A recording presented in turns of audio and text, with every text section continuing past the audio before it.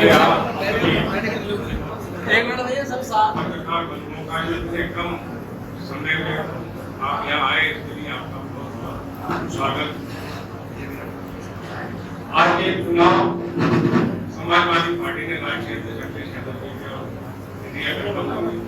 प्रदेश में लड़ा है और चुनाव संपन्न हो गया, वोट पड़ गए और भारतीय जनता पार्टी के तमाम तरह के हक हम लोग जिन मुद्दों पर चुनाव लड़े वो सब जनता समझती है और हम सब आप जानते हैं। भारतीय जनता पार्टी ने सीधे छूट के नाम पर, इलेक्टोरल बॉन्ड के नाम पर किस तरह से ठगा, बेरोजगारी के मुद्दे पर कैसे हमारे नौजवान को किस किस तरह से ठगा गया। ये चुनाव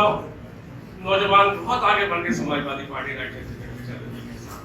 खड़ा दिखाई दिया। जिस तरह से उसको ठगा गया, पेपर लीक करा दिए गए, नौकरी देने का वादा किया, रोजगार देने का वादा किया तो नहीं रोजगार दिए गए, महंगाई चरम पर, कोई चीज ऐसी नहीं है जो महंगी नहीं। डीजल के रेट कहाँ पहुंच गए, बिजली के रेट कहाँ पहुंच गए, ये सारी महंगाई के संविधान को जिस तरह से व्यवहार करके संविधान को जिस तरह से चेंज करने की षड्यंत्र भारतीय जनता पार्टी ने कई संशोधन किए और यहाँ तक किए कि किसानों के लिए भी संशोधन करके किसान किस तरह बॉर्डर पर गया उसके लिए रोका गया, आंसू गैस के गोले छोड़े गए, किसानों के लिए उसके खाद में किस तरह से यूरिया को कम कर दिया गया कट्टे में से। ये बहुत सारे मुद्दों पर समाजवादी पार्टी चुनाव मैदान में थी और जनता ने बढ़ चढ़ के उसमें हिस्सा लिया और सब समाजवादी पार्टी के साथ। किसानों की आय दोगुनी करने की बात भारतीय जनता पार्टी ने की, वो अपने मुद्दे पर कायम नहीं रही, कहीं आय दोगुनी नहीं करी और किसानों को सहूलियत देने के नाम पर कोई काम नहीं किया और बल्कि आय को घटा दिया गया। अच्छा बीज नहीं दिया, खाद नहीं दी, समय पर खाद नहीं दी, किसानों ने खाद के लिए लाठी उठाई। ये सारी समस्याओं के दम पर हम लोग चुनाव मैदान में गए,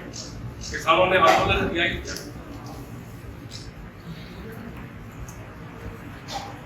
बड़े उद्योगपतियों के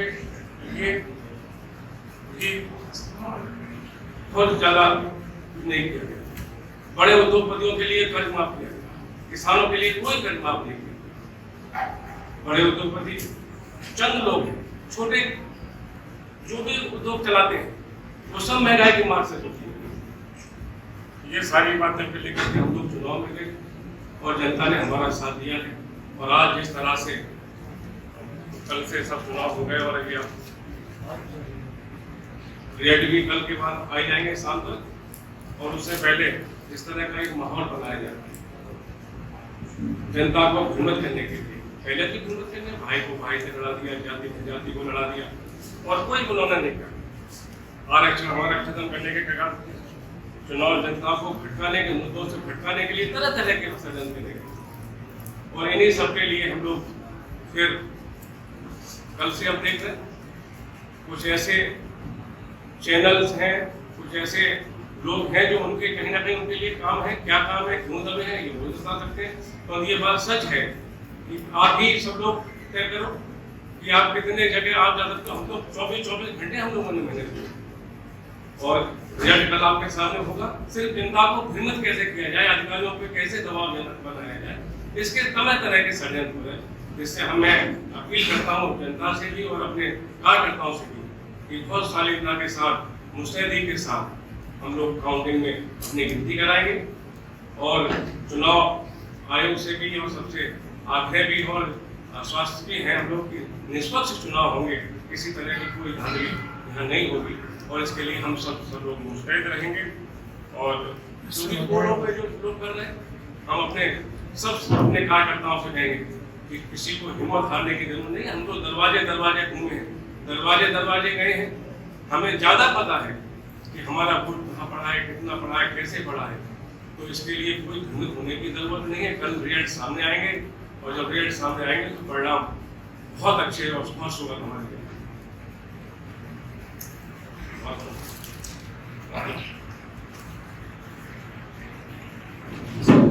कोई सवाल हो? हाँ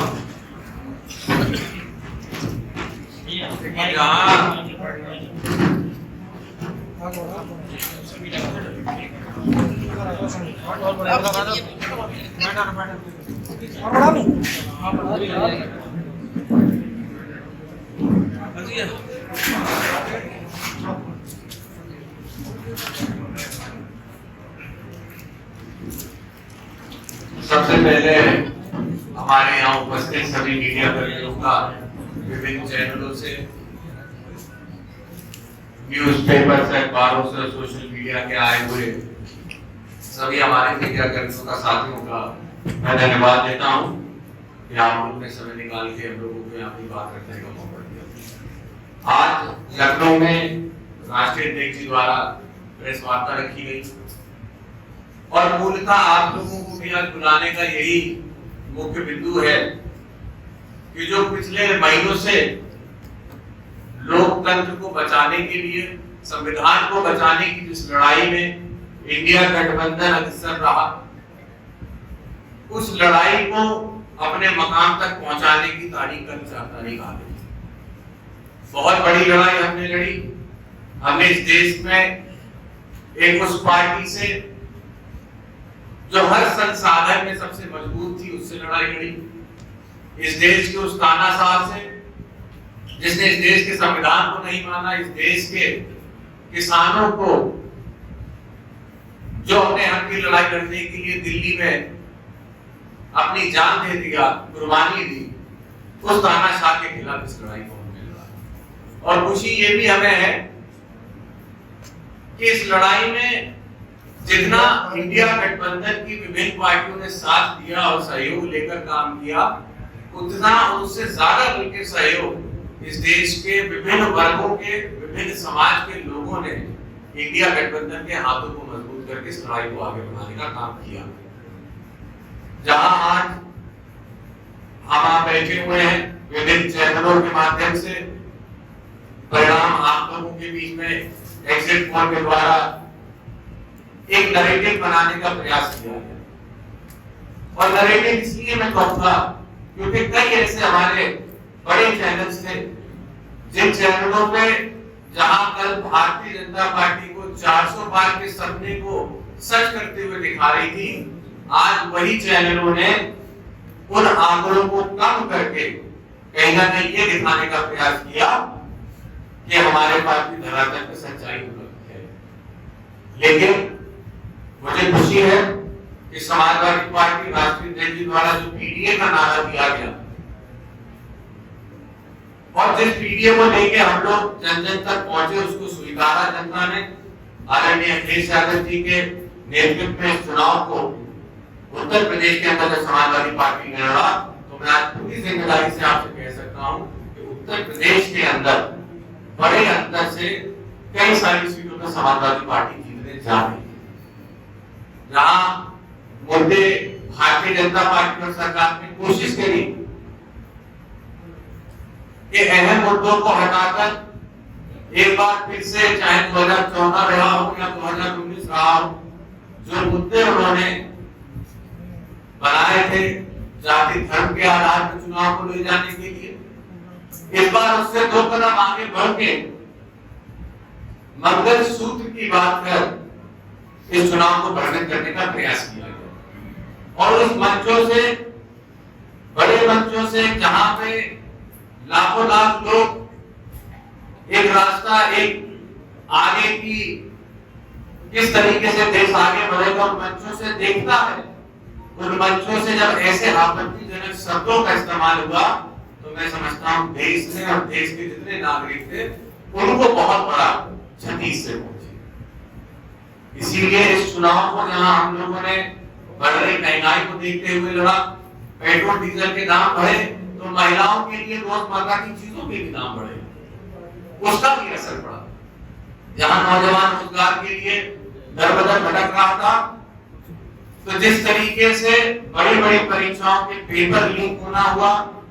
और पहली बार उत्तर प्रदेश के इतिहास में हाई स्कूल जैसी परीक्षाओं के भी पेपर अगर सरकार नहीं कर पाई, तो ये मुद्दों को भी हम लोगों के बीच में लेके गए। इलेक्टोरल बॉन्ड जो एक इस देश के इतिहास का सबसे बड़ा घोटाला कहा जा सकता है, जो ये कहा जा सकता है कि 6,000 करोड़ से ज्यादा बड़ा घोटाला आज भारतीय जनता पार्टी जो अपने आप को ईमानदार पार्टी का अगली रमला पहनाने का प्रयास करती थी, आज उसका भांडाफोड़ जनता के सामने हुआ। और मैं समझता हूं इसीलिए का जब परिणाम होंगे हमारे आपके सामने, तो एक बहुत बड़े अंतर से इस देश के अंदर इंडिया गठबंधन की सरकार बनने जा रही है। और खास करके बदायूं में जहां हम बैठे हैं, आप बैठे हुए, यहाँ पे एक बहुत बड़े अंतर से बदायूं की जनता समाजवादी पार्टी को और हमें लोगों को अपने आशीर्वाद के रूप में यहाँ से चुनाव बनाने जा रहे हैं। याद रखें कि जहां इस चुनाव को बहुत छोटे मुद्दों पे ले जाने का प्रयास किया गया, वही इंडिया गठबंधन ने बढ़ रही महंगाई, बढ़ रही बेरोजगारी, बढ़ते हुए भ्रष्टाचार को देखते हुए इन मुद्दों को जनता के बीच ले जाने का काम किया और जनता ने इनको स्वीकारा और इन मुद्दों को अहम मुद्दे बनाते हुए अपना वोट देने का काम किया। मुझे पूरा विश्वास है कि चाहे सरकार या प्रशासन कुछ भी कहे, चाहे टीवी पे बड़े बड़े चैनल एग्जिट पोल के नाम पे 300 या 400 पार के सपने को पूरा करते हुए दिख रहे हो, लेकिन आज इस जनता ने जो अपना मैंडेट दिया वो निश्चित ही आने वाले 4 तारीख के बाद जो बेरोजगारी का, जो रोजगार का सपना लोगों का नहीं पूरा हुआ, उस सपने को पूरा करने के लिए इंडिया गठबंधन आगे आने वाला है। आप सबका एक बार फिर से सभी पत्रकार बंधुओं को मैं धन्यवाद देता हूँ और अगर आप लोगों के कोई भी कुछ सवाल हो तो निश्चित ही उनको आप पूछ सकते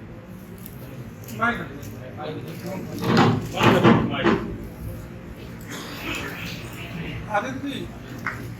जो एग्जिट पोल आए, विशाल भाई थोड़ी आगे अगर एग्जिट पोल सही साबित होते हैं विशाल भाई और एनडीए गठबंधन की सरकार आती है, तो आपकी पार्टी और इंडिया गठबंधन का रुख क्या रहेगा? देखिए, पहली चीज तो हम इसको बिल्कुल निराधार मानते हैं जो एग्जिट पोल्स आए। हमें पूरी तरीके से विश्वास नहीं है उस पर। इंडिया गठबंधन ने अपना सर्वे भी किया था, उसमें नेता प्रतिपक्ष ने ये बात साफ करी कि 295 सीट्स पे इंडिया गठबंधन कम से कम जीतने जा रहा है। और मुझे पूरा विश्वास है कि कल जब मतगणना होगी, जब काउंटिंग कंप्लीट हो रही होगी, उस समय पे उस 295 के आंकड़े को भी हम लोग पार करके जाएंगे। जहां तक बात है 4 तारीख के बाद 5 तारीख को किस तरीके से इंडिया गठबंधन आगे बढ़ेगा, तो निश्चित ही सरकार में हम लोगों को पूरा विश्वास है, हम लोग आ रहे हैं, जो हम लोगों ने वादे किए उनको पूरा किया जाएगा और जो जनता का जो भी निर्णय होगा उसको स्वीकारते हुए, अगर पक्ष में रखते हुए, सरकार में रखते हुए उन्हें हमें ताकत दी है तो उनके उन सपनों को, उन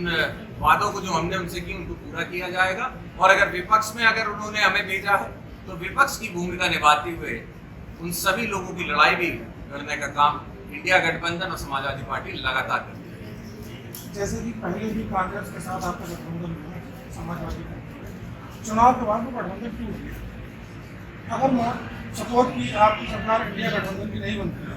तो जो इंडिया का जो गठबंधन है, जो अलायंस है, वो यथावत रहेगा या फिर अलग अलग हो जाएगा? देखिए, इंडिया गठबंधन सिर्फ 4 तारीख तक के लिए नहीं बना था। अपने मुद्दे हैं, अपनी हमारी बातें, अपनी हमारे वादे हैं और हम तो इस बात को बिल्कुल स्वीकारते नहीं कि कहीं भी इंडिया गठबंधन की सरकार नहीं बन रही है। हमें पूरा विश्वास है सरकार बन रही है, इसीलिए उस दिशा में हम लोग काम कर रहे हैं कि आने वाले 5-6 तारीख में जल्द से जल्द एक नई सरकार बने और किसान से लेकर नौजवानों, महिलाओं तक के लिए हम सब एकजुट होकर काम कर सकें। आज जिस तरीके से एग्जिट पोल आए, उसके बाद लगातार जो विपक्ष है वो एग्जिट पोल को जुटा रहा है। डर क्या सता रहा है विपक्ष के लिए, आप लोगों के लिए किस चीज का डर है? क्योंकि कल 4 तारीख है, कल सामने सारी चीजें आ रही हैं, उसके पहले ही पॉपुलैरिटी बहुत ज्यादा है विपक्षी पार्टी में, तमाम तरीके प्रेस कॉन्फ्रेंस हो रही है, इलेक्शन कमीशन कार्ड लगाए जा रहे हैं, तो डर किस चीज का है आपको? देखिए, डर सबसे बड़ा इस बात से साफ दिखता है सत्ता पक्ष को है कि जहां पे जो आंकड़े दिखाए जा रहे हैं उनमें कितनी सारी गलतियां हैं। उन प्रदेशों में जहां इतनी सीट भी नहीं, उससे ज्यादा सीट आप लोग भारतीय जनता पार्टी को दे रहे हैं। तो बौखलाहट और गलती किसकी है ये साफ दर्शाता है। लेकिन इस बात को भी देखिएगा, जनादेश जनता ने दिया, एग्जिट पोल आप लोगों ने दिए, हम उसका सम्मान करते हैं, वो आप लोगों की प्रक्रिया आपने किया। लेकिन इससे हम लोगों को साफ दिखाई देता है कि ये संदेश प्रशासन को देने का एक तरीका था कि आप लोग दबाव में रहते हुए भारतीय जनता पार्टी के लिए और सत्ता के लिए काम करते रहे। विपक्ष को जिस तरीके से 5 साल 4 साल से दबाया जा रहा है, एक बार फिर से कोशिश की जा रही थी कि 4 तारीख को जब मतगणना हो तो प्रशासन उसी दबाव से काम करे और मतदान जो हुआ है उसमें अगर हेरफेर हो सके तो हेरफेर करने का भी प्रयास करने का बात है। आदित्य जी, उस दिन मतदान के दिन आपको प्रशासन से बहुत शिकायतें रही थी, कल क्या लगता है आपको मतगणना? देखिए, हमने सारी बातें प्रशासन के सामने रखी हुई है। हमें जो भी दिक्कत रही हमने समय समय पे आरओ साहब को भी बताया है और प्रशासन को बातों के बारे में बताते रहे हैं। हमें अभी तक कोई ऐसी शिकायत नहीं है। हमारी बस इतनी ही प्रशासन से आग्रह होगा कि बिल्कुल निष्पक्ष तरीके से काउंटिंग हो। जो गाइडलाइंस चुनाव आयोग ने दी है उन्हीं गाइडलाइंस के तहत काउंटिंग होगी, तो मैं समझता हूँ निश्चित ही निष्पक्ष परिणाम हम लोगों के सामने होंगे। आदित्य, कितनी जीत मानते हैं, अपनी जीत मानते हैं, कितने वोटों से मानते हैं?